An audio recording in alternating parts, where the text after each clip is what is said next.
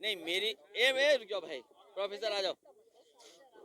देखिए मैं आपकी बात समझ रहा हूँ, मैं आपकी बात समझ रहा हूँ जो चरखा दाव की बात कर रहे हो।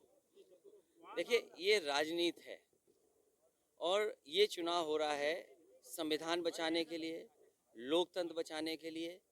और अगर चरखा दाव की बात करें तो क्या नौजवान नहीं जानता उनके साथ जो धोखा हुआ, या चरखा दाव बोलोगे कि जिन्हें पक्की नौकरी मिलनी थी वो अग्निवीर से संतुष्ट हो रहे हैं, और उनकी गरीबी का और उनकी बेबसी को एक्सप्लॉइट कर रही है बीजेपी। अच्छा कौन नौजवान स्वीकार करेगा मुजफ्फरनगर, मेरठ, बागपत, गाजियाबाद जो सबसे ज़्यादा फौज में नौजवान जाता था, क्या इसका कोई जवाब है चरखा दाव बोलने वालों के पास?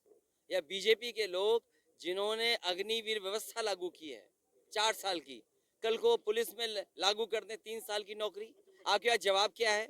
और फिर अरे बीजेपी के घोड़े की 2.5 चाल से बचो, बीजेपी के जो घोड़े की 2.5 चाल है ना उससे बचो। बीजेपी किसी की नहीं है। जिन किसानों से वोट लिया और ये कह करके आय दोगुनी होगी, उनके लिए 3 काले कानून लाए गए। और प्रधानमंत्री यहीं कहीं कह रहे थे कि देश का और दुनिया का सबसे बड़ा भंडारण व्यवस्था की है। ये भंडारण सरकारी नहीं है, ये प्राइवेट लोगों का भंडारण है। अगर प्राइवेट लोगों के हाथ में भंडारण चला जाएगा तो आप किसान को कौन लाभ पहुंचाएगा? आज गेहूं है, क्या सरकार कीमत दे पा रही है? और जो हमारे किसानों की मांग रही गन्ने की कीमत कितनी होनी चाहिए? क्या हम दूसरे प्रदेशों से पीछे नहीं हैं? आपके बगल के जो प्रदेश हैं क्या उतना रेट हम दे पा रहे हैं? तो इसलिए इन बातों में कुछ नहीं रखा। राजनीति है किसानों को अधिकार दिलाने के लिए, राजनीति है नौजवानों को नौकरी और रोजगार दिलवाने के लिए। राजनीति चरखा दाव के अपने गुण दिखाने के लिए नहीं है, अपनी कमी छिपाने के लिए नहीं है। अरे हम तो वो लोग हैं जो सम्मान देते हैं।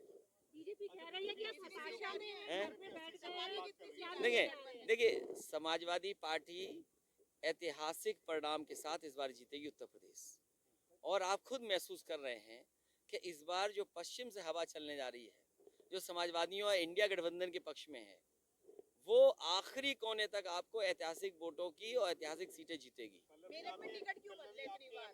अरे बदला इसलिए कि हमें जीतना है। और आप ये बताइए, अरे आपको सवाल ही नहीं पूछना चाहिए था, आपको ये पूछना चाहिए कि बीजेपी के लोग कैसरगंज से लोकसभा के प्रत्याशी क्यों नहीं तय कर रहे हैं? क्योंकि यहाँ की, आप बताइए ना क्यों नहीं तय कर पा रहे? जो सवाल हमसे पूछ रहे हैं वो मैं कुछ नहीं कहना चाहता, ये सवाल बीजेपी से पूछना चाहिए कि आखिरकार कुछ सीटें बीजेपी क्यों नहीं तय कर पा रही है। और फिर आप बताइए आय दोगुनी होगी किसानों की, क्या यहाँ का नौजवान स्वीकार करेगा अग्निवीर?